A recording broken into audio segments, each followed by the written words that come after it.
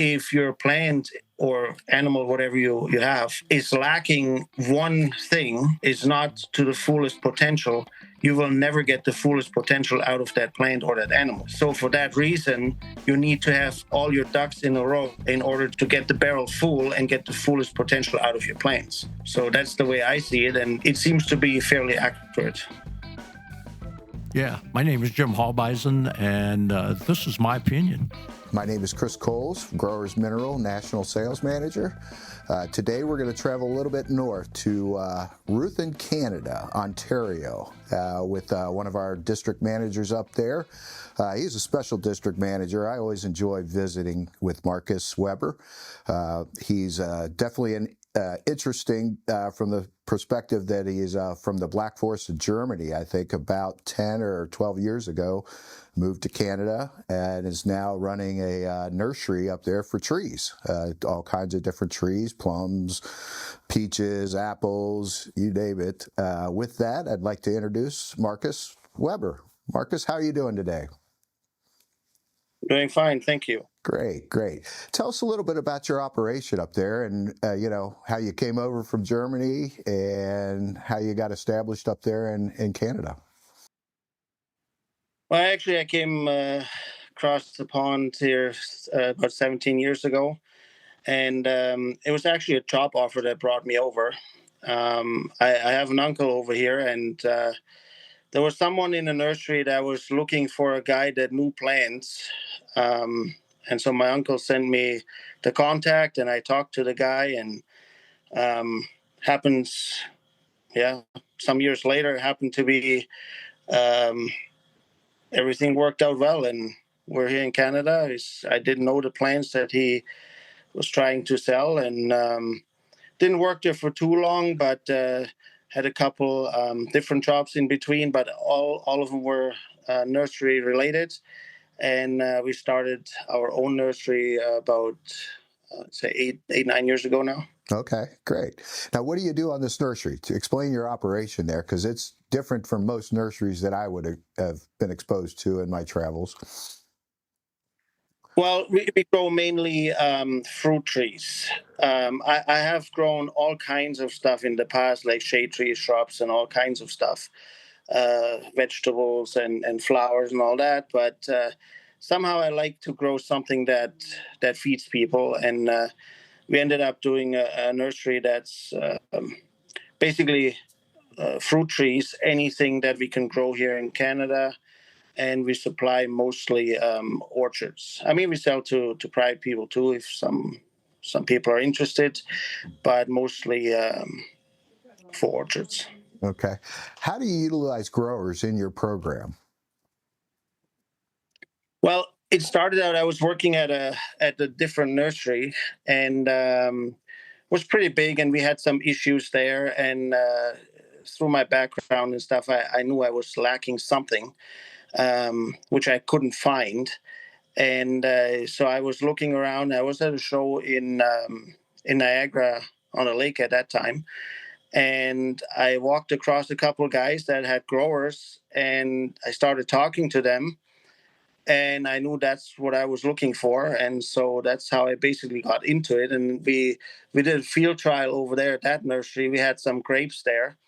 And it was ideal situation because we had the same variety on two different watering lines because the sections were too big. So we had two sections. And so we said, okay, let's try it. And we put some growers on through the drip irrigation. We put it on the one section and not on the other one. And I think that was a Thursday or Friday. And we came back on Monday and we saw a difference. We said, okay, there's something's working here. And what we saw was basically the newer leaves that had grown over the weekend were much bigger, and therefore we knew we get free energy from the sun, and in the end that's going to give us a stronger plant. Interesting. And you talk about the minerals in Growers Mineral. I know you talk about how special those are and how those micronutrients really separate what growers, from a lot of our competition out there. And you always talk, instead of fertilizer, always say you refer to minerals. Explain that a little bit to us. Yes, so I do understand that it's the same as your own body and immune system. Okay, you can give the big stuff to your body. I mean, all the nutrients you need, but there's certain things. For example, let's take selenium. If you have a selenium deficiency, your reproduction doesn't work right, and that's the same for animals and many other things in this world too. And selenium, for example, is one thing that we lack here in southern Ontario, and amongst other things. And if you do soil tests and whatever, you can see there's not much there, if anything. And so if you start adding those minerals, micronutrients to the soil or foliar to the plant, you're going to see a big difference. So if you look at a wooden barrel, I mean, most people are not familiar, I guess, with coopering anymore. But if you look at a wooden barrel and you have the certain staves of your barrel, if you would say each stave of that barrel represents a nutrient, let's say nitrogen, phosphorus, calcium, boron, selenium, whatever you want to put there, right? And you can only fill that barrel to the height of where the lowest stave will end. So technically, if one stave is not the length of all the others, your barrel will never be full. And in the same way, if your plant or animal, whatever you have, is lacking one thing, is not to the fullest potential, you will never get the fullest potential out of that plant or that animal. And so for that reason, you need to have all your ducks in a row in order to have to get the barrel full and get the fullest potential out of your plants. So that's the way I see it, and it seems to be fairly accurate. Okay, that's an interesting perspective. I know when I was up there last, we visited a greenhouse research operation, and they do other business too. They have production, and I know you do some business with them, and your son works there as well. And we're looking to do some trials there with growers. Kind of explain that whole situation up there, because I thought that was very unique. That growers, those greenhouses. So the owner there, I guess he wants to try and find out other crops and find new ways of growing plants in the greenhouse industry. And so they're doing all kinds of trials and testings on various mediums of like for growing plants in different ways of basically figuring out what could be grown in a greenhouse. For example, they got some peaches and plums and cherries off us, and just tried through different pruning techniques and all that stuff. They try to grow those in the greenhouse. Interesting factors are that all those trees, fruit trees, they need a certain time of dormancy, and so they have to kind of artificially make those plants dormant in order to have them fruit. And those are all things they play with. For example, they put them in coolers and then they take them out, and then after the dormancy is over, because every fruit needs a different a type of dormancy, a length of dormancy, and then they try to grow those trees in the greenhouse. Now you also have to have pollination, which in a greenhouse is different than outside. So outside you have wild bees, bumblebees, honeybees. You have all kinds of insects, wind, that all help with the pollination. While in the greenhouse, it's very protected, and you don't have those type of pollinators unless you introduce them. And so they're just trying to figure stuff out like that. And that's for the fruit trees, but they also do that for strawberries and lettuce and all kinds of other things as well. Interesting. Very interesting. I know one aspect up there, they were talking about some of the research tools that they now utilize today with technology. And I know the one thing he was talking about really intrigued both of us was that kind of handheld MRI, where you can actually look inside the plant and see potential problems occurring before it actually shows on the outside of the plant. And I really thought that was interesting technology and can be very beneficial. Yes, that's correct. I don't know how far that technology is working yet. I mean, they're working on it, and I mean, we know that electrochemical things are happening in plants, in soil, and in our bodies as well all the time, right? Transmitting and sending messages and all that stuff. And if something is not going well there, I mean, if you can see those broken transmission lines kind of thing, you probably see a problem before it even occurs on the outside of the leaf or the plant, right? So that, I think that's the idea, to have a little bit more time to react to certain problems. Yes, and the greenhouses always have their challenges. I know a big aspect he was talking about was the lighting in there, and how he could never, or we can as humans can never duplicate the sun's spectrum of light, and how critical that is to the growth process of plants. And to simulate that in a greenhouse is very difficult. Yes, I've done some of my own trials in the very beginning when the lighting stuff all came out with the LEDs and stuff. So I figured, well, I may as well try this out and see if I can grow some better roots on the cuttings and the little stuff we grow in the greenhouse here. And it there's nothing like sunlight. Let's put it this way. Okay. It works. I mean, if you don't have the option of sunlight, let's if you go very far north in Canada and you have half a year of no sunlight, the artificial light is definitely better, and you're definitely gonna see results. But if you have the sunlight and the warmth of the sun, there's nothing like it. It's interesting. Yeah, you don't think about that stuff as being just a novice to that whole industry. Some of the challenges they have to really look out for. Hey, there's another thing that I thought was very interesting is you always have a family garden of pretty substantial size, it seems like, because you showed me at least 3 or 4 pages in a notebook, a large 8 by 11 notebook of all the different crops you're growing in your garden. Explain your family garden to us a little bit. I always thought that was interesting. So, I mean, I grew up with a lot of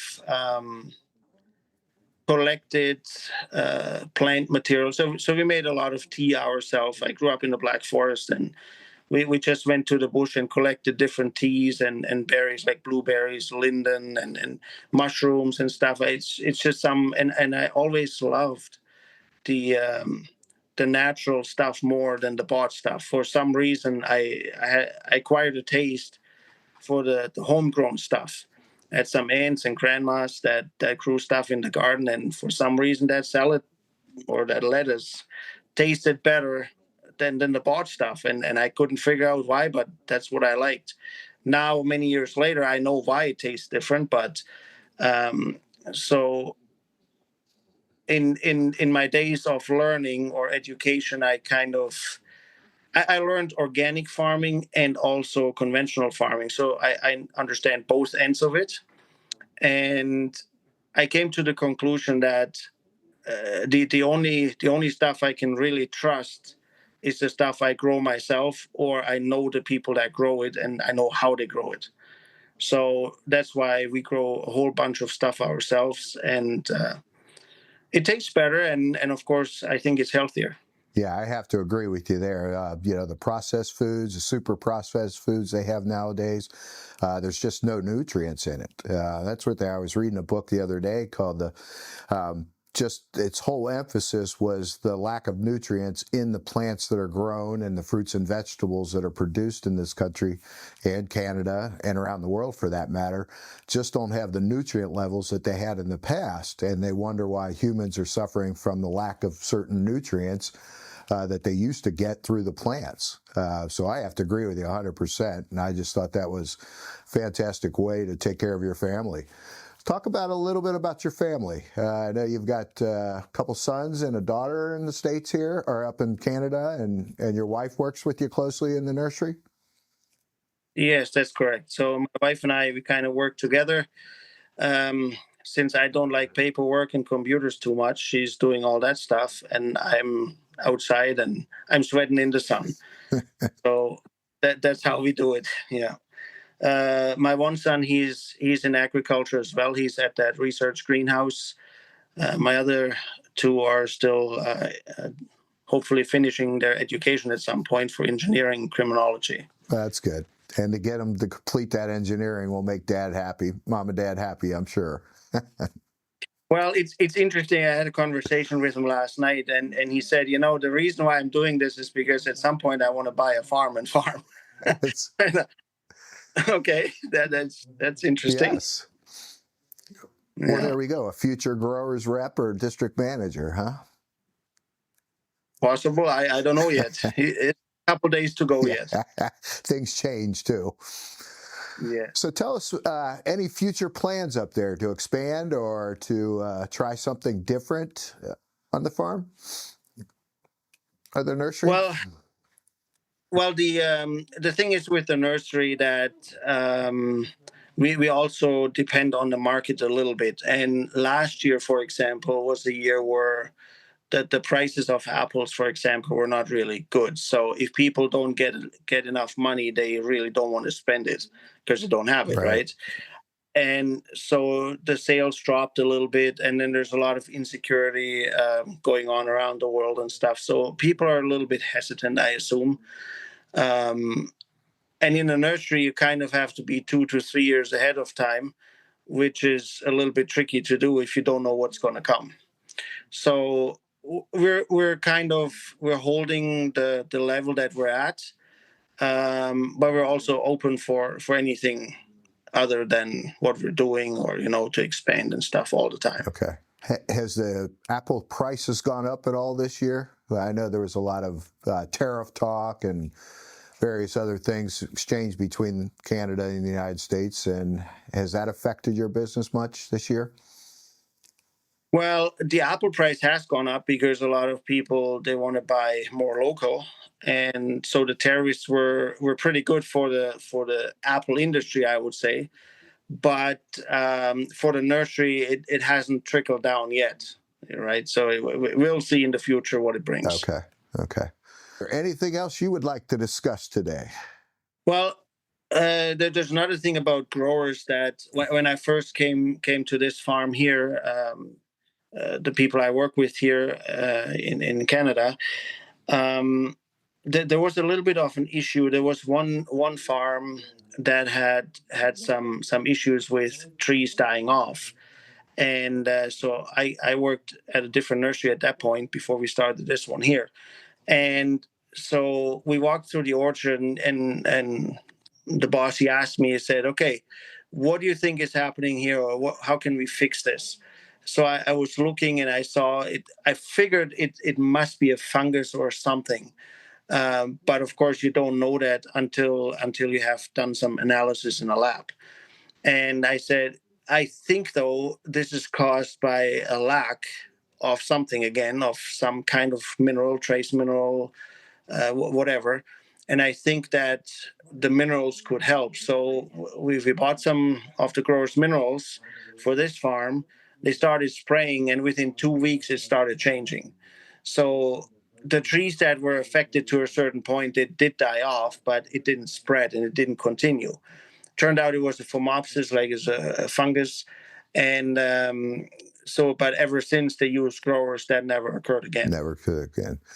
And talk a little bit about, frost protection, especially on peaches, has been a big discussion point, especially down here in the States. And we have a very successful peach grower down here that battles frost every year and comes out on top more times than not.